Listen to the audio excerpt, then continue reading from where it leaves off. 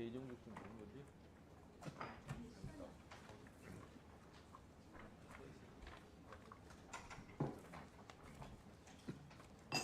빨리 들어오라 그래.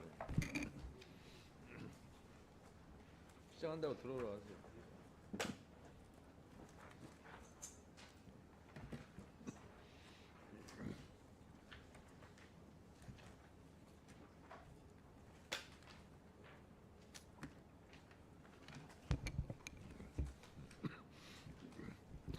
의석을 정돈해 주시기 바랍니다. 성원이 되었으므로 제418회 국회 정기회 제3차 법제사법위원회를 개회하겠습니다. 오늘 회의에서는 고유법 4건을 상정하여 심사하고 보류됐던 검찰총장 후보자 심우정 인사청문 경과보고서 채택의 건을 심사하겠습니다.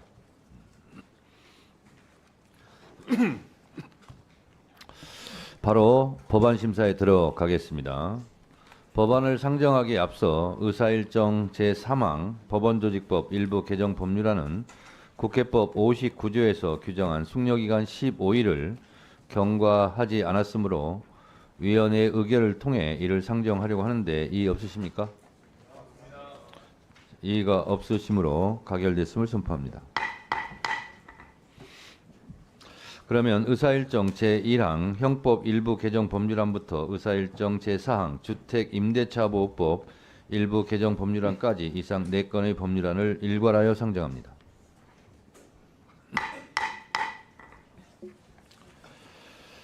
효율적인 진행을 위해 제안 설명은 노트북에 게재된 것으로 대체하고 바로 검토보고를 줬도록 하겠습니다. 정원철 수석전문위원 나오셔서 제1항에 대해 검토보고해 주시기 바랍니다. 네, 한 건의 법률안에 대하여 주요 사항을 중심으로 간략히 보고드리겠습니다. 의사일정 제1항 주호영 의원 대표 발의 형법 일부 개정안은 간첩죄의 처벌 대상을 현행 적국에서 외국인 단체를 위한 간첩으로까지 확대하려는 내용입니다. 현대의 다원화된 국제 환경 속에서 국가의 외적 안전이 반드시 적국에 의해서만 침해받는 것이 아님을 고려할 때 적대국인지 여부와 관계없이 간첩 행위로 처벌하려는 개정안의 입법 취지는 인정된다고 보겠습니다. 다만 개정안에 따르면 외국인을 위한 간첩의 범위에 외국 법인을 위한 간첩도 포함되는 등 처벌 범위가 넓어지고 있는 바 현행 형법상 간첩죄가 적국을 위한 간첩을 처벌하는 것임에 비추어 외국을 위한 간첩 또는 외국인을 위한 간첩 등을 동일한 법정형으로 규정하는 것은 재형 균형상 문제가 있을 수 있다는 지적 등을 고려해서 심사할 필요가 있을 것으로 보았습니다. 이상 보고를 마치겠습니다. 네, 수고하셨습니다. 김성환 전문위원 나오셔서 제2항 및 제3항에 대해 검토보고해 주시기 바랍니다. 네, 의사일정 제2항 및 제3항 김용민 의원과 정동혁 의원이 각각 대표 발의한 법원조직법 일부 개정 법률안에 대해 검토한 내용을 주요 사항을 중심으로 보고드리겠습니다. 양 개정안은 법관 임용 자격인 최소 법조 경력 요건을 완화하는 등의 내용으로 김용민 의원안은 법조 경력 요건을 10년에서 5년으로 정동혁 의원안은 3년으로 낮추고 있습니다. 우수한 법관 확보 어려움, 법관 고령화, 법조 일원화 제도 전제 조건이 아직 충분히 확립되지 못한 점 등을 고려할 때 양 개정안의 취지는 타당하다고 보입니다. 다만 법조 일원화 제도 도입 취지, 다양한 경험과 배경을 갖춘 법관을 임명할 필요성, 정관예우나 후관예우 가능성 등을 지적하는 견해가 있다는 점을 고려하여 함께 논의할 필요가 있다고 보았습니다. 이상 검토를 마치겠습니다. 네, 수고하셨습니다. 이화실 전문위원 나오셔서 제 사항에 대해 검토보게 해주시기 바랍니다. 의사일정 제4항 조정식 의원이 대표 발의한 주택임대차보호법 일부 개정 법률안에 대하여 보고드리겠습니다.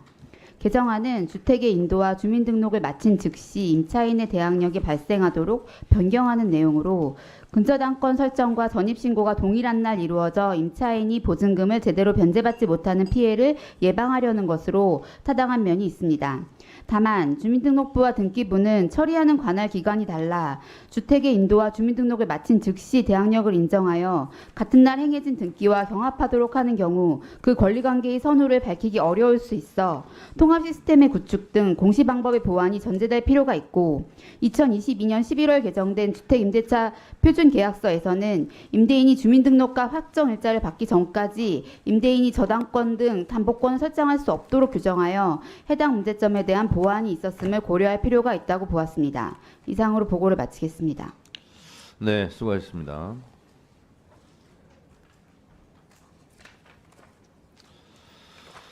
법률안 심사를 위해 박성재 법무부 장관과 천대엽 법원행정처장이 출석하였습니다. 다음은 대체 토론 순서입니다.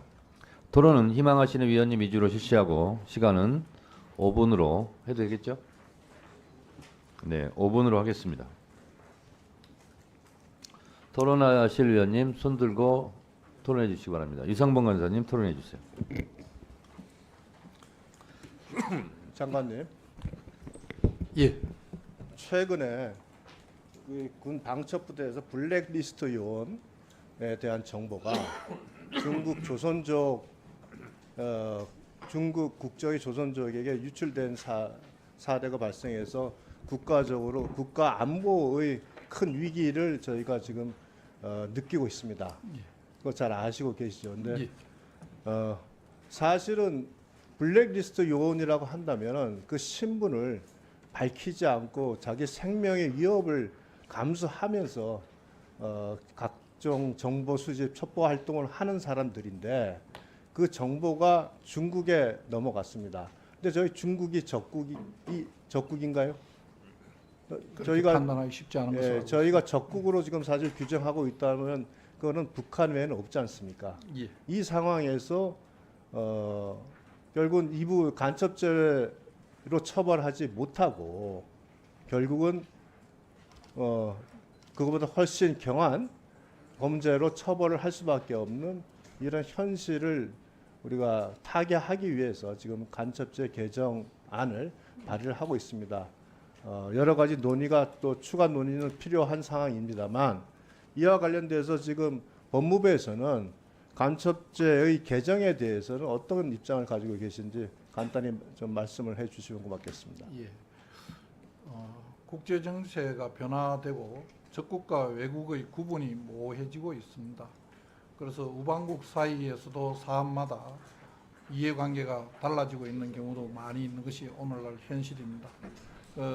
미국이나 독일, 프랑스 등 주요국은 적국을 위한 간첩죄로 한정되어 있지 않고 간첩죄의 적용 범위를 외국으로 확대하고 있습니다. 그래서 우리도 이러한 범죄에 대응하기 위해서 이 조문의 수정이 좀 필요하다고 생각됩니다. 의원님들께서 많은 수기를 거쳐서 좋은 안을 만들어 주시길 희망하고 있습니다. 네, 행정처장님. 예. 저희 이게 법조 일원화를 위해서 예. 법조 경력 10년을 예. 가진 사람들을 판사로 임용하자 하는 것이 사실은 우리 그 사법 개혁의 가장 그 핵심적인 내용이었습니다. 예. 그래서 로스쿨 제도가 도입이 됐고요. 그다음에 법원을 판사로 인간하는 그것을 물론 10년으로 바로 늘릴 수가 없기 때문에 단계적으로 이제 그 기간을 연장해서 3년에서 5년 그리고 사실은 올해가 지나면 7년 경력을 가진 사람들을 인간하는 이러한 법조 일원화의 로드맵을 가지고 진행을 했습니다만 오늘 뭐 야당인 민주당에서도 그와 같은 로드맵에 문제가 있다고 판단해서 법적 경력을 5년으로 제한하는 법안을 발의했고 우리 국민의힘에서는 법적 경력 3년으로 제한하는 법안까지 발의를 했습니다. 그렇다면 결국은 양당에서 지금 법조 일원화에 따른 10년 경력의 다양한 경험을 가진 사람들이 판사로 임명돼서 좀 더 사회적 경험이 있고 합리적인 판결을 할 수 있을 것이라는 그 기대가 사실은 처음 예상과는 달리 실패했다고 밖에 인정할 수 없기 때문에 이런 개정안이 나왔다고 생각을 합니다. 그 부분에 있어서 법원은 어떻게 생각하고 있습니까? 저기 위원장님 혹시 허락해 주시면은 이 법안이 저희 사법부로서는 너무나 중요한 법이라서 제가 직접 몇 마디 좀 작성을 해봤는데 조금 말씀할 수 있도록 기회해 주시면은 감사하겠습니다. 내 질문이니까 나한테 답을 해야지. 왜 위원장? 그 그렇습니까? 끝나고 나서 위원장님한테 허락을 예. 받는 거고. 예, 알겠습니다. 답변하세요. 네. 하세요. 예. 김영민 의원님과 장동혁 의원님이 각 대표 발의하시고 여러 의원님들께서 동참해 주신 이 법안이 위원장님의 결단으로 전체 회의 회부되어서 심사받는 기회를 갖게 된 것은 국민과 나라를 위해서 밤을 낮삼아 일하는 열정과 자질을 갖춘 사법부를 구성함에 있어 필요불가하기란 것이기에 진심으로 감사하다는 말씀을 드립니다. 지금부터 14년 전인 2011년에 법조경력 10년을 목표로 설정된 법조일원화 제도가 전제했던 영미식 사법 시스템, 즉 1심의 단독화, 재판장은 재판 진행만 담당하는 배심 재판제, 대형 로펌 수준의 법관 처우, 그리고 75세 전후 혹은 정년 없는 법관의 임기, 전국적 인사이동 없이 한 법원에 근무하는 생활의 안정성, 법관 1인당 2인 이상 로클럭 지원 등은 언제나 경제적 긴장관계 속에서 살아야 하는 우리나라 형편하에서 향후 수십 년이 지나더라도 성취하기 힘든 난제임은 잘 아시리라 믿습니다. 그럼에도 법조일원화의 대의명분에 동참하기 위해 그간 법조경력 요건이 5년까지 강화된 결과 대학 4년, 로스쿨 3년, 남성의 경우에는 군대 2, 3년, 그리고 최소 5년 이상 법조경력 없이는 법관이 될 수 없게 됨으로써 법조일원화는 명실상부 완성되었고 단지 그 기간을 더 늘려서 10년으로 할지가 남은 상황입니다. 법조일원화를 도입한 나라를 비롯해서 외국 어느 나라를 보더라도 법관 선발에 있어 5년 이상의 법조 경력을 의무적으로 요구하는 나라는 찾기 어렵습니다. 법조 경력 요건이 3년을 거쳐 5년에까지 이르는 동안 법관 평균 연령은 39세에서 45세로 초임 법관 평균 연령도 34세에서 39세로 급격히 고령화된 상태입니다. 그 결과 잘 아시다시피 지난 10년간 사건 처리 기간 그리고 장기 미제 사건의 급격한 증가로 나타나서 국민을 위한 사법부가 아니라 국민을 힘들게 하는 사법부가 되어가고 있다는 걱정들이 많고 이 시점이 국민에게 진정으로 도움되는 사법부로서의 토대를 다질 수 있는 마지막 기회일 수 있다는 무거운 책임감을 느끼고 있습니다. 개인적인 이야기라 조금 부끄러운 말씀이지만 제가 오랜 법관 생활을 거치면서 법관의 꿈과 직을 계속 가질 수 있었던 것은 세상의 다른 가치를 아직 알지 못하고 공적 영역에 대한 열정의 불길이 살아있던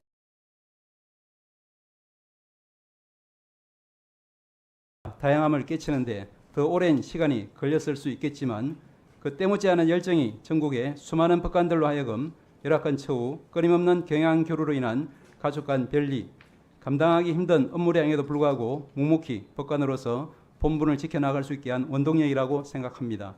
법관 구성의 다양화는 중요하고 필요하지만 현행 5년보다 더 강화된 법조 경력제가 도입되는 순간 더 이상 경제적 성취 추구에 담사한 우직한 공익 추구자로서의 법관은 찾기 어렵게 될 것입니다. 우리 사회의 미래를 위해 바람직할지 걱정이 있습니다.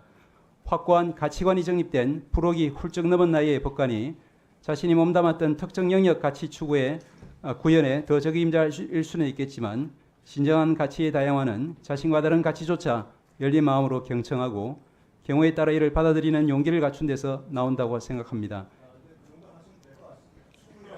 예. 예. 지금 유상봉 간사는 질의권이 끝났어요. 지금 예. 위원장이 허락하는 시간이니까 예. 더 하세요. 예. 허락해 주시면 제가 네. 이 의원님도 양해해 주시리라 믿습니다. 유상범 의원이 끊을 권한이 이미 없어요. 예. 예. 계속 마무리하겠습니다. 예. 현재 초임 법관 평균 연령 40에 이른 법조 경력 5년의 세대는 20살 성인년이 된 지 20년이 지나고 변호사 자격을 취득한 때로부터도 5년이라는 상당한 기간의 사회적, 직업적 경험을 갖춘 세대이자 아직은 열린 마음으로서의 다양성의 씨앗을 갖춘 세대일 수 있고, 그럼에도 그들이 법관의 길로 들어서는 것을 원천적으로 차단하는 것은 참으로 신중하게 살필 필요가 있다는 생각입니다. 통계상 법조 경력 5년 이상 선발이 본격화된 2020년과 2023년을 비교하면 5년에서 6년 사이 법 경력자 임용은 70%에서 52%로 감소했고, 6년 이상 경력자 임용은 29.7%에서 47.9%로 늘었고, 같은 기간 7년 이상 경력자만 보더라도 2020년, 2021년 평균 15.1%에서 2022년, 2023년 평균 27.7%로 상승했습니다. 현재 성공리에 실시되고 있고 그 숫자와 영역이 확대 중인 20년 경력 전담 법관까지 함께 고려한다면 현재 사법부는 40세 전후의 5년 법조 경력 법관과 40대 중후반 이후의 고경력 법관이 함께 어우러진 세대적 다양성을 갖춘 사법부라고 보겠습니다. 이러한 상황에서 부디 처장님 예. 얼마나 더 남으셨습니까? 저 한 구절만 읽고 그러면 마무리하겠습니다. 네네. 예. 그리고 나머지는 서면으로 그렇게 의원들께 하겠습니다. 자료를 제출해 주시기 바랍니다. 예. 부디 한쪽 세대 법조 풀의 수도꼭지를 걸어 잠그는 세대 단절 그리고 고령화된 사법부가 되지 않도록 의원님들의 깊은 해안을 바라는 바입니다. 예. 네. 감사합니다. 네, 부족한 부분은요 예. 자료로 소면으로 제출해 주시기 바랍니다. 예. 네, 다음은 김영민 의원님. 여야 한 번씩 해야죠. 네, 처장님 지금 예. 방금 말씀을 주셨는데 그래도 또 더 질의 드릴 게 있을 것 같습니다.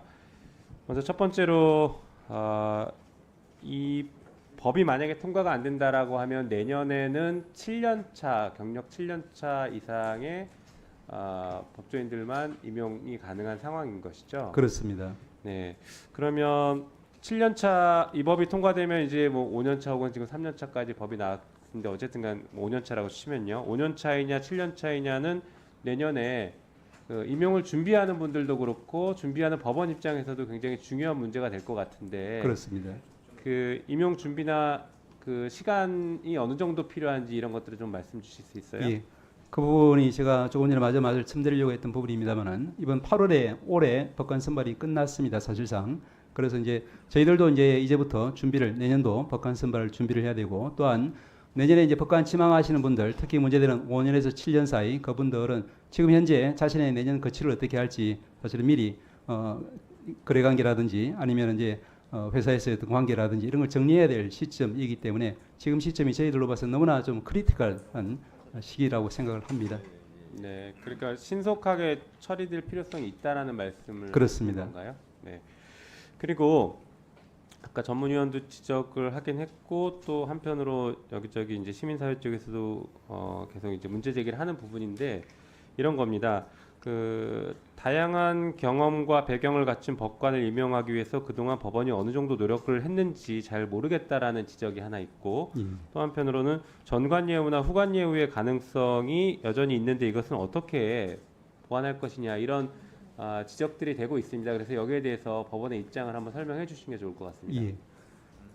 말씀드린 것처럼 이제 저희들이 이제 고경력의 20년 전담법관 그 부분에 대해서는 계속해서 영역을 확장을 하고 있습니다. 그리고 이제 정관예우나 후관예우 말씀하신 그 부분은 사실은 저희들이 이제 진정으로 걱정하는 부분은 이제 고경제자들이 들어와서 법관 정년이 현재처럼 65세로 이제 마감이 된다고 할 때 이분들이 이제 50세 이상이나 55세 이 정도 들어왔을 때 장래의 어떤 연금도 보장이 안 되는 상황에서 그러면 65세까지만 일하고 그 다음에는 이제 밖에 나가더라도 제대로 활동할 수 없는 그런 걸 생각하면은 그분들에게서 끝까지 근무할 수 있을지, 그렇다고 하면 그런 부분들에 대한 어떤 이제 보장도 되어 있지 않기 때문에 이런 오히려 이제 정관예우는 그러면 더더욱 커질 수 있는 것이 아닌가 하는 생각을 가지고 있고요. 그리고 후관예우 문제에 관련해서는 저희들이 잘 아시는 바와 같이 형사소송법이라든지 기타 저희들 이제 사문남에 관한 내규라든지 이런 걸 통해서 충돌 관계가 없도록 여러 가지 조치를 마련하고 있습니다. 다만 그 부분들이 충분하다고는 저희들도 생각하지 않고 있기 때문에 이 부분에 대해서는 차후 국회와 이제 협의를 해가지고 조금 더 보완할 수 있는 방안을 마련하도록 하겠습니다. 네, 현행법에도 보면은 그 매년 채용과 관련된 임용과 관련돼서 법사위에 보고하도록 돼 있고 실제로 예. 보고를 하고 있는 것으로는 알고 예. 있습니다. 그런데 이제 기존에 또 이게 문제가 제기됐던 것들인데 지나치게 대형 로펌 출신 중심으로 채용이 임용이 되는 것 아니냐라는 문제 제기가 하나 있었고 그리고 이제 실제로 다양한 그 경험이나 다양한 활동 뭐 시민사회에서 활동을 했거나 아니면 특수 분야에 대한 활동을 했던 분들이 실제 임용 과정에서는 시험이 너무 어려워서 예. 임용되기 어려운 것 아니냐라는 이런 문제 제기들도 있어 왔습니다. 여기에 예. 대한 뭐 보완책이나 아니면 기존과 좀 상황이 달라졌던 게 있는지 있으면 예. 좀 말씀 한번 해주시면 좋을 것 예. 같습니다. 말씀하신 것처럼 저희들이 이제 법관 선발을 함에 있어서 이분들이 이제 수능 시험 치는 것처럼 이제 그 점수를 잘 받아서 들어온다는 것은 저희들 적절치는 않다고 생각합니다. 네. 다만 이제 그럼에도 불구하고 이제 저희들이 이제 많은 이제 외부에 있는 변호사님들이나 이런 분들을 만나 보면은 오랜 기간 이제 밖에 있을 때 다시 법관으로 들어오게 되면은 아시다시피 갈수록 법이 좀 복잡해지고 전문화되어가는 이런 상황에서 기본적인 법적 지식의 구비, 함량은 필수적인 요건이기 때문에 그 부분을 저희들이 이제 기본적으로 도외시할 수는 없고 다만 그럼에도 불구하고 정상적으로 이제 어떤 법조인으로서 생활을 했다고 하면은 단기간에 어떤 그런 공부를 통해서 리걸 마인드를 테스트하는 정도면 충분하지 않을까. 그래서 이번에 의미 있는 변화 중에 하나는 여러 가지가 많습니다만은 그 중에 하나는 또 이제 시험 범위를 저희들이 이제 처음에 어떤 영역에서 시험 출제될 것인가라는 걸 갖다가 고지를 사전에 한 바가 있습니다.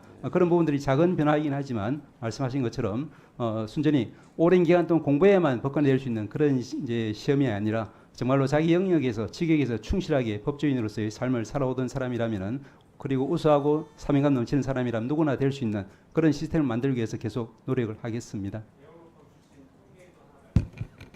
예, 통계는 제가 통계청으로 가져오지 않았는데 이런 통계가 저희들이 이제 그 전체 법관으로 선발되는 인원을 이제 비교해 보면은 저희들 생각에서는 예 점점 하향되고 있다 그런 말씀을 드릴 수 있을 것 같습니다. 예, 그렇게 하겠습니다. 그 오늘 법원행정처에서 다 설명할 수도 없고 다 또 설명 자료도 또 필요할 것이고 해서 이 부분은 중요한 문제이기 때문에 오늘 말씀하시다가 못하신 부분이라든가 미처 준비하지 못한 자료라든가 더 준비해서 뭐 제출할 자료들은 각 의원실로 충분히 자료를 제공해 주시기 바랍니다. 그렇게 하겠습니다. 네. 다음은 송석준 의원님 토론하십시오. 예, 전대엽 처장님, 예, 이렇게 법조 경력 요건 10년 제도 시행한 게 몇 년째 됐죠? 2011년에 설계해서 2013년도에 시작이 돼서 지금 2011년부터 시작하면 예. 14년 그리고 한 그래 전가후를 비교해 보니까 부작용이 많다 이 말씀이죠? 예, 부작용이나 말 표현이 조금 그렇긴 합니다만은 저희들 현재 그때 전제했던 여러 조건들이 이제 충족이 되지 않는 상황 그리고 상당 앞으로 가더라도 그 부분은 충족이 힘든 이런 상황에서 전체적으로 법관의 여러 가지 그 전가후를 비교하는 뭐 과학적인 계량 예. 분석은 좀 해보셨습니까? 예, 예를 저희들 들면 주민들- 해왔고 지금도 예, 준비를 하고 있는 소송적인 여러 중입니다만 가지. 제출을 해드리겠습니다. 예, 그 자세한 자료 좀 제출해 주시고요. 그렇게 하겠습니다. 그래서 이제 가급적이면 좀 법조 경력 요건을 좀 단축을 했으면 좋겠다 이런 희망을 갖고 계시는 거죠? 예, 단축이 아니라 현재 5년까지 확장된 이 기간 적어도 이 지점에서는 이제 이걸 이제 고정화시켜야 되는 것이 아닌가 하는 그런 생각입니다. 예, 저는 개인적으로 공직에 있어봤고 또 많은 또 법조인들을 만나봐서 이런 여러 가지 상황을 들어보면은 굳이 법조 경력 요건을 뭐 이렇게 길게 할 건 없을 것 같아요. 그렇지만 또 최소한의 검증 기간은 필요하다고 생각이 듭니다. 그래서 예. 저는 제가 뭐 일소위에 들어가서 심의하지는 않겠지만 법조 경력 요건은 한 1년 정도로 이렇게 대폭 낮춰서 기본적인 법조인으로서의 소양을 테스트해서 문제가 없다면 바로 이제 법관으로 임명할 수 있게끔 하는 이런 뭔가 모든 것의 그 새로운 테스트의 결과를 반영해서 정상화하는 그런 노력이 필요하겠다는 생각이 듭니다. 예, 예. 그 점을 검토해 주시고요. 예, 예, 법무부 장관님, 예. 그 의사 일정 사항과 관련해서 주택임대차보호법에 조정식 의원님이 발의한 내용이 지금 우리 전문위원 검토 보고서에 의하면은 현 단계에서 조금 어려운 부분이 통합 시스템의 구축이 좀 먼저 필요하다 이런 얘기가 있습니다. 예, 이런 부분에 대해서 문제점에 대해서 한번 좀 점검을 해본 적이 있으십니까? 지금 저희들 검토 의견은 대항력 발생 시기가 임차인이 주택 인도와 주민등록을 마친 다음 날부터 현재 되어 있는데 이걸 동시에 하도록 하게 되면 부동산에 대한 권리의 이 원칙적 공시 방법의 등기에 대한 예외 규정인데 이로 인해서 바로 다음 날이 아닌 그날로 할 때 생기는 문제가 조금 있는 모양입니다. 이 점에 대한 예. 고려가 좀 필요하다고 하는 이야기. 그렇죠. 굉장히 예민한 이 권리 관계가 서로 행정 기관 간의 정보의 불일치로 인해서 혼란이 올 수 있기 때문에 그렇습니다. 그런 문제가 명쾌하게 정비가 되지 않은 상태에서 이렇게 도입을 하다 보면 문제가 있을 수 있다. 근데 이러한 현실을 보면은 제가 정말 깝깝한 생각이 듭니다. 예? 우리 저 윤석열 정부가 탄생하면서 대표적으로 공약 중에 하나가 소위 디지털 플랫폼 정부를 구축하겠다. 이미 우리나라의 그 수준은 디지털 플랫폼 정부를 충분히 만들 그런 수준에 와 있고 모든 여건도 돼 있어요. 그런데 왜 아직도 이게 지연이 되고 있나요? 예? 제가 사실 행정부에 있을 때가 벌써 10년 가까이 지나는데 그때도 이미 부처 간 통합 정보 시스템 구축의 필요성을 갖고 많이 이미 접근을 해왔던 상황인데 아직도 이게 완성이 안 돼 있다는 거예요. 예. 예, 그게 어쩌면 부처 간의 이해관계 차이가 있을 수 있습니다. 예? 그런데 이런 것을 그 이해관계를 떠나서 국민들을 위해서 국가 행정의 정말 그 효율성을 위해서는 장관님들께서 의식적으로 실태를 정확히 한번 진단해 보시고 윤석열 정부가 추구하는 디지털 플랫폼 정부 모든 부처의 소관 정보는 이 플랫폼 국가 갖고 있는 플랫폼에서 종합적으로 정말 같은 시간에 동시에 그 비교가 되고 서로 호환이 되면서 정말 국민들에게 요만큼의 그런 정보의 문제로 인한 그 불이익 있어서는 안 된다고 봅니다. 예, 이 점을 좀 유념하셔서 국가 우리 정부 부처 간의 정보 통합 시스템 확실하게 점검해 주시고 관련 부처 관계 대책회의를 꼭 만들어 주시고 디지털 플랫폼 정부 구축에 법무부 장관님이 나와 무관한 업무다 생각하지 마시고 정말 중요한 윤석열 정부의 성공을 위해서 가장 중요한 업무다 생각하시고 그 관계부처 회의에 또 안건도 한번 요구하시고 한번 들여다보시기 바랍니다. 네, 그 결과를 저에게 별도로 또 보고 좀 해주세요. 예, 그렇게 하겠습니다. 네, 수고하셨습니다. 다음은 박지원 의원님. 박지원입니다.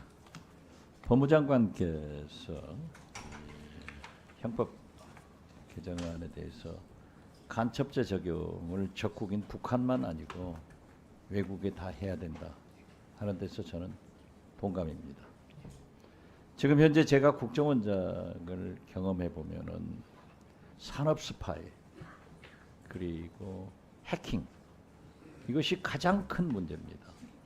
그래서 뉴욕타임스의 그 유명한 데이빗 생어 칼럼니스트는 지금 현재 21세기는 사이버 전쟁이다 이렇게 규정을 했고 실제로 북한도 우리에게 해킹하고 또 우리 산업 내용을 자꾸 해킹해서 가져갑니다마는 중국이고 뭐고 많습니다.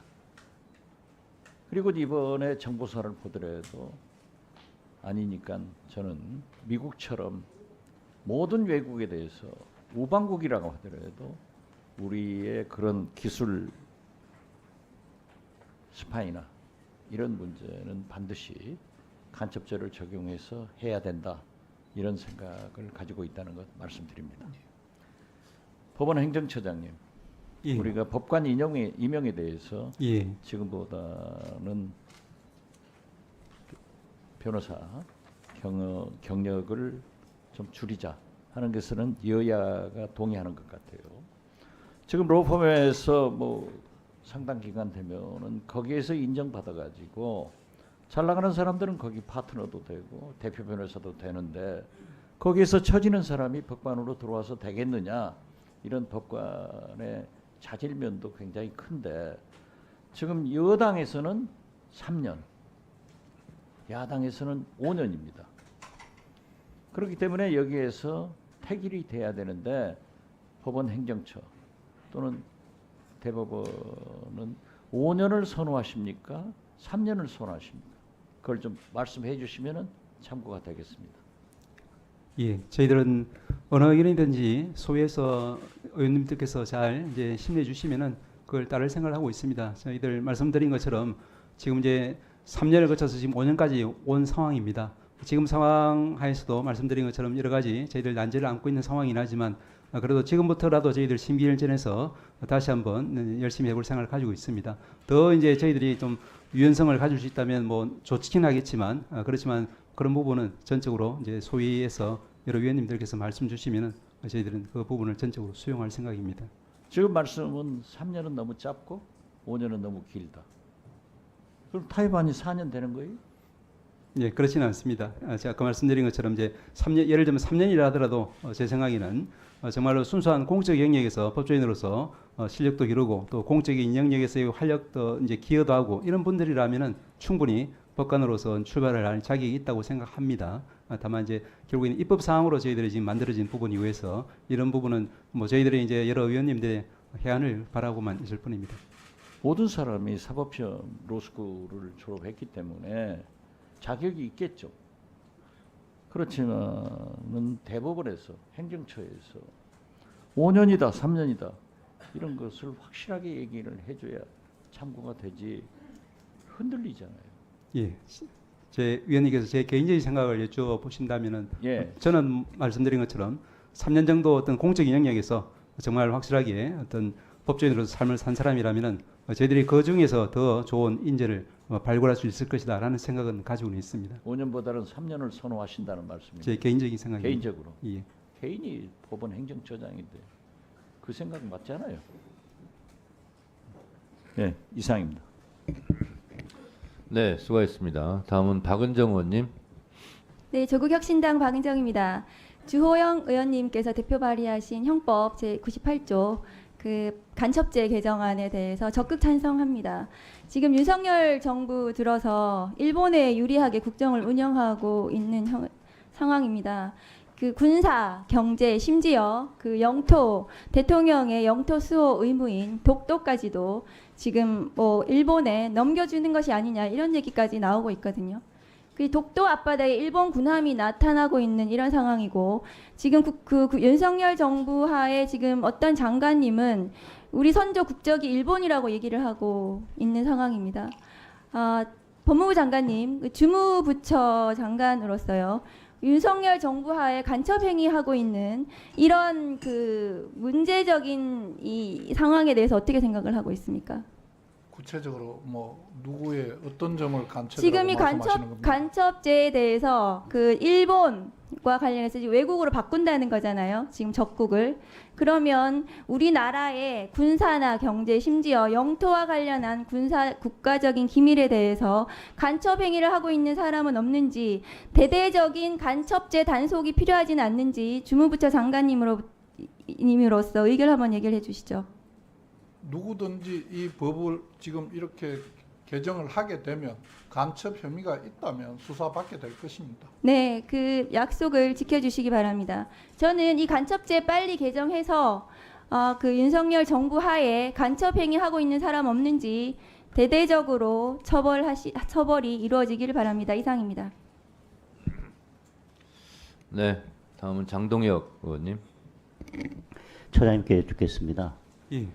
뭐 물론 다른 국가보안법이나 군사기밀보호법이나 다른 법들이 있습니다만은 형법 제98조가 간첩죄에 대한 일반법입니다. 예. 지금 이 법조항을 손보면서 2항에 적국으로 되어 있고요. 예. 3항에 물론 2항 적국은 군사상 비밀로 되어 있는데 3항에 지금 외국인 단체로 확대하면서 3항을 신설하는 안인데 지금 헌법 제3조 예. 그리고 대법원 판례에 의하면 예. 북한은 반국가 단체이지 적국으로 보지 않지 않습니까? 그렇습니다. 저는 따라서 이 법을 개정하면서 이항의 적국 그것은 그대로 두되 상황이 어떻게 바뀔지 모르니까요. 예. 그리고 외국인 단체에 저는 반국가 단체도 포함시켜야지만 실효성이 더 생기는 거라고 생각합니다. 물론 국가보안법에는 다른 법이 있지만 예. 간첩죄에 관한 일반법을 만들면서는 적국에 북한이 포섭되지 않기 때문에 헌법과 판례에 의하면 헌법에 의하면 명확하죠. 예. 포섭될 수 없기 때문에 그런 점도 고려해야 된다는 말씀을 드리겠습니다. 그리고 지금 법원조직법 관련해서 3년으로 했을 때도 거기에 지원하는 법관들이 3년인 분들만 오시는 게 아니지 않습니까? 3년에서부터 뭐 10년 이상 다양할 수도 있고 스펙트럼은 5년일 때도 마찬가지일 텐데 지금 결국은 이제 최소 경력을 요구하는 것이기 그렇습니다. 때문에 만약에 3년으로 한다면 각 판사의 업무나 예. 그다음에 고등법원인지 지방법원인지 여러 상황들에 따라서 다양한 선발 방법과 기준들을 고려해야 될 것 같습니다. 그리고 당연히 선발할 때 아까 우리 김용민 의원님 말씀하신 것처럼 뭐 특정 로펌에 아니면 특정 대학에 특정 로스쿨에 이 집중되는 현상은 어떻게든 보완하셔야겠지만 몇 년으로 하든지 간에 예. 그 업무에 따라서 필요한 경력을 좀 다양하게 기준을 두고 선발할 필요가 있지 않을까 그렇게 생각합니다. 예, 같은 생각입니다. 그리고 김영민 의원님 말씀 주신 것처럼 저희들이 매년 경과보고를 할 때 그런 부분에 대해서 유념해서 위원님들 기대에 저버리지 않도록 저희들도 열심히 노력하겠습니다. 네, 다음은 장경태 의원님 토론해 주시죠. 네, 처장님. 예. 법조 일원화가 어찌됐건 세상 멀쩡을 좀 알고 사회생활을 하는 판사들이 많아졌으면 좋겠다는 국민적 열망 아니겠습니까? 맞습니다. 네. 근데 판사 장학생이라는 말 들어보셨습니까? 대형 로펌에서 1, 2년씩 장학금 줘서 예. 판사 임용을 할 수 있는 대상이다라고 예. 생각되면 예. 이렇게 공부시키는 예. 말들입니다. 혹시 들어보셨습니까? 들어본 적은 있는 것 같습니다. 그래서 대형 로펌뿐만 예. 아니라 뭐 법률구조공단에서 공익변호사 예. 활동하시거나 예. 뭐 15년 차면 안 뽑는 건 아니잖아요. 예. 그래서 저도 아마 그렇습니다. 예. 장동률 의원님 안이나 이런 것들도 최소 기준이기 때문에 예. 다양하게 뽑았으면 예. 좋겠다라는 의견인 것 같습니다. 예. 그래서 가급적이면 좀 이 판사 장학생이란 말이 안 나오도록 좀 다양하게 뽑아주셨으면 좋겠네요. 노력하겠습니다. 네. 감사합니다. 그 법무부 장관님, 예. 심우정 검찰총장 후보자와는 친분이 있으시죠? 근무를 같이 하셨죠. 네. 그래서 이번에는 만약에 심우정 총장 후보자가 검찰총장 되시면 검찰총장 패싱이란 말은 안 나오겠네요. 긴밀하게 상의를 하실 거라고 생각합니다. 죄송합니다만 검찰총장하고 장관이 패싱이라는 이야기 나올 수는 없는 이야기입니다. 그렇죠. 네. 그 이번에 저도 형법 개정안을 저도 냈습니다. 그래서 간첩죄를 적국에서 외국으로 확대하는 것에 대해서는 적극 찬성하는 바인데요. 이 간첩죄는 국가의 안전을 침해하거나 대한민국의 국익을 침해하는 행위 아니겠습니까? 또 국가 핵심 기술을 유출하거나 또 사회 혼란을 부추기거나 뭐 여러 가지 등등이 있을 수 있다고 생각하는데 그동안 이제 간첩죄의 적용은 사실상 북한 위주로 적용돼 왔죠. 적대국이라고 되어 있죠. 그렇죠. 그러면 앞으로는 이제 중국에 대한 어떤 행위들도 적용이 되겠네요. 어떤 국익을 침해하는 중국의 국익에 부합하는 특별히 제한이 없는 없죠. 것으로 알고 있습니다. 예, 그래서 그냥 저 확인차 말씀드립니다. 그래서 중국도 적용될 것이고 또 일본의 국익에 부합한 행위들도 당연히 적용될 것이고 미국도 포함될 수 있겠죠. 뭐 당연히 우리 산업 기술을 미국으로 유출하는 행위들도 지금 많잖아요. 일본도 있을 수 있고 중국도 너무 많고 그래서 이런 부분에 대해서 법무장관으로서 저는 간첩죄 적용 이제 헌법이 개정되면 적극적으로 좀 수사도 하시고 좀 해주셨으면 좋겠습니다. 예, 그렇게 하도록 예. 하겠습니다. 예. 이상 질의 마치겠습니다. 네, 다음은 박균택 의원님. 예, 질문 드리겠습니다. 예. 임대차 보호법 개정안 있지 않습니까? 예. 같은 날 집주인이 전세 보증금도 받고 또 은행 대출도 받았을 때 예. 이제 둘 중에 하나는 사기죄가 될 텐데 예. 서민들의 전세 사기 피해가 금융기관의 대출 피해 사기보다는 좀 더 중요한 부분 아니겠습니까? 더 무겁게 다가설 것 같습니다. 예. 그런데 그럼에도 불구하고 이제 민사적으로는 은행이 더 먼저고 서민이 뒤로 밀리다 보니까 조정식 의원님이 이러한 임대차 보호법 개정안을 내놓은 것 같은데 예. 그 취지는 이제 우리가 다 공감하는 부분이 있지 않습니까? 공감합니다. 그럼에도 불구하고 등기의 제도를 더 우선시해야 예. 법적 안정성이 유지된다는 이유로 좀 신중해야 한다는 이런 의견을 주신 것 같은데 그렇습니다. 어떻습니까? 그 금융기관의 피해를 막기 위한 수단으로서 예. 등기소에서 등기를 저당 등기를 하기 전에 예. 같은 날 그 해당 주택에 전입 신고가 새로 돼 있는 것이 있는지 예. 이것만 확인할 수 있는 시스템이 돼 있으면 예. 대출 사기도 함께 막고 예. 서민들을 더 두텁게 보호를 할 수 있는 장점이 있을 것 같은데 예. 이 협조체계 구축이 어려운 것일까요?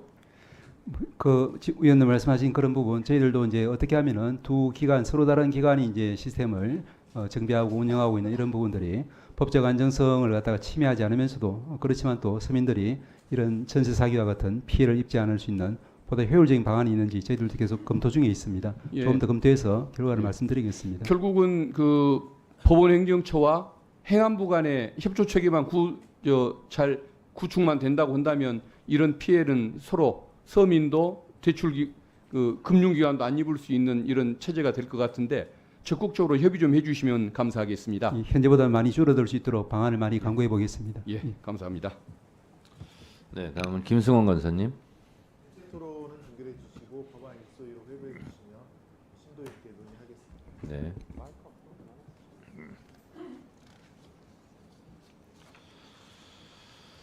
더 이상 토론하실 위원님이 안 계십니까? 네. 더 이상 토론하실 위원님이 안 계시면 대체 토론을 종결하도록 하겠습니다. 대체 토론을 종결해도 되겠습니까? 이의 없으십니까? 이의가 없으므로 토론 종결을 선포합니다.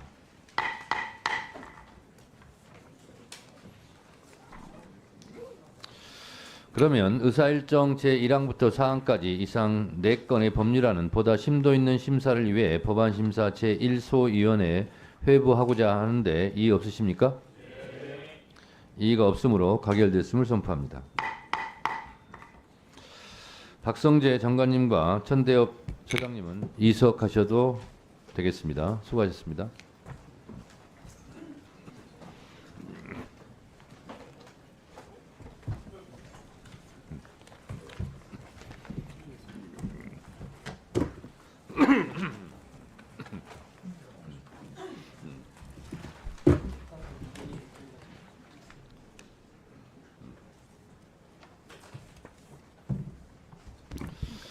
다음으로 의사일정 제5항 검찰총장 후보자 심우정 인사청문회 요청안과 제6항 검찰총장 후보자 심우정 인사청문 경과보고서 채택의 건을 상정할 순서입니다만 위원장으로서 유감 표명을 한번 하겠습니다.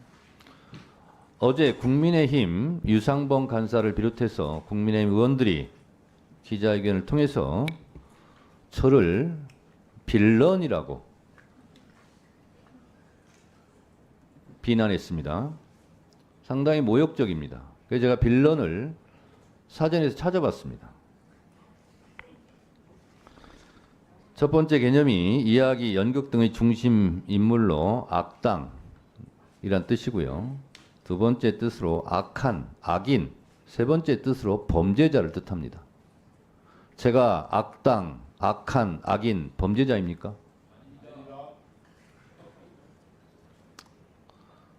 매우 불쾌하고요. 그런 악당 위원장과 같은 공간에서 회의실에서 회의를 하고 있는 여러분들은 뭡니까? 악당의 꼬붕들입니까? 자, 그리고 악당 상대방이에요. 곽규택 의원이 그러면 정의의 사도라도 됩니까? 제가 보기에는 악당 이상의 악당이에요. 가장 질 안 좋은 악당이죠. 그리고 유상범 간사는 이렇게 발언했습니다. 오늘은 빌런 정청래 법사위원장이 꼼수 위원장의 모습을 보인 날이라며 어제 검찰총장 인사청문회를 개최했고 의사 일정상 오늘은 경과보고서 채택을 위한 법사위 회의를 개최할 예정이었는데 갑자기 민주당에서 긴급 법안 상정을 요청했다. 라고 얘기했어요. 자, 분명히 말씀드리지만 어제도 경과보고서 채택 안건, 상정 의사 일정 안건을 이 시나리오에 다 쓰고 있었습니다. 그리고 제가 어제 공개회에서도 말씀드렸다시피 차이가 나는 것은 좁혀보고 토론하고 그리고 결론 내면 될 것을 왜 안 들어오시냐. 왜 이것이 채택 안 된다고 생각하고 그런 확증 편향을 갖고 안 들어오시냐. 들어와서 본인들의 의견을 주장하고 하면 될 것을 들어오지도 않고 왜 밖에 나가서 비난합니까? 비난을 하더라도 여기 와서 하고 주장을 하더라도 이 사무실에 이 회의실에 들어와서 해야 되는 거 아닙니까? 자, 그리고요. 저보고 꼼수라고 그러는데 저는 국회 법대로 진행을 하는 겁니다. 제가 말씀드릴게요. 국회법 제59조 의안 상정 시기는요. 일부 개정 법률안은 15일, 재정법 전부 개정 법률안 및 폐지 법률안은 20일, 체계 자구 심사를 위하여 법사위에 회부된 법률안은 5일의 숙려 기간을 거치게 돼 있습니다. 그러나 다만 긴급하고 불가피한 사유로 위원회의 의결이 있는 경우에는 그러하지 아니한다. 해서 의결로 숙려 기간을 생략할 수 있고요. 오늘도 법원 조직법은 숙려 기간이 지나지 않아서 우리 위원회 의결로 의사 안건으로 채택을 했고 지금 법사위로 방금 보냈습니다. 이게 꼼수입니까? 이렇게 할 수 있어요. 그리고요. 국회법 58조 위원회 심사 규정에 보면요. 소위원회에 회부되어 심사 중인 안건과 직접 관련된 안건이 위원회에 새로 회부된 경우 위원장이 간사와 협의하여 필요하다고 인정할 때에는 그 안건을 바로 해당 소위원회에 회부하여 함께 심사하게 할 수 있다. 이렇게 돼 있습니다. 따라서 저는 의결로 소위원회에 보낼 수도 있고요. 그리고 관련 안건을 소위원회에 회부된 것은 새로 안건이 올라온 것은 간사와 협의해서 위원장이 소위원회에 직회부를 할 수도 있는 겁니다. 법적으로 다 보장되어 있는 거예요. 근데 마치 제가 불법을 저지르는 양 꼼수를 부리고 있다고요? 제가 꼼수를 부린 적이 있습니까? 국회법에 없는 것을 그러한 것을 했을 때 꼼수라고 그러죠. 국회법에 보장되어 있는 대로 국회법대로 하고 있는 거예요. 근데 그걸 밖에 나가서 저를 마치 제가 불법을 저지르는 것처럼 국회법에 의거하지 않은 것처럼 꼼수 부리고 있다고 그렇게 위원장을 비난했어야 되겠습니까? 그리고 할 말이 있죠. 저보고 악당이라고요? 악한이라고요? 악인이라고요? 범죄자라고요? 진정한 대한민국의 지금 악당은 윤석열 대통령 아닙니까? 헌법 정신을 부정하고 이 부분에 대해서 어제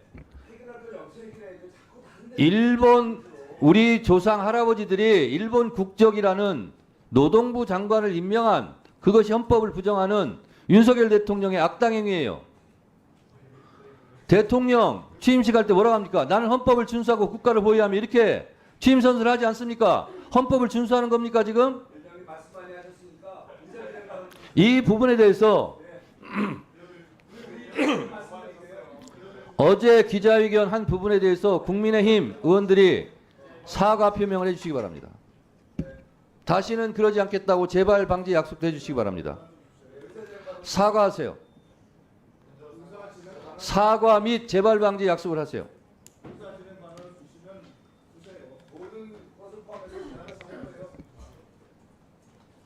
사과하실 거면 의사진행 발언하세요. 사과하실 거면 의사진행 발언하세요.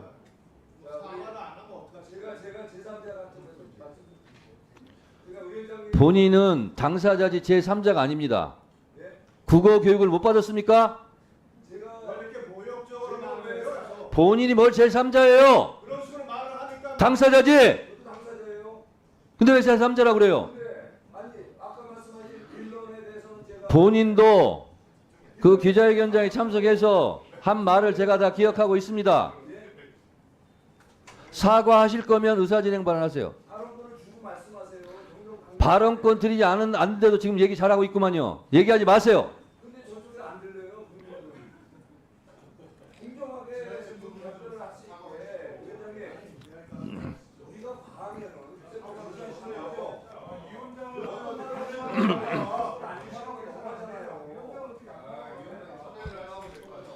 잠시 정의하겠습니다.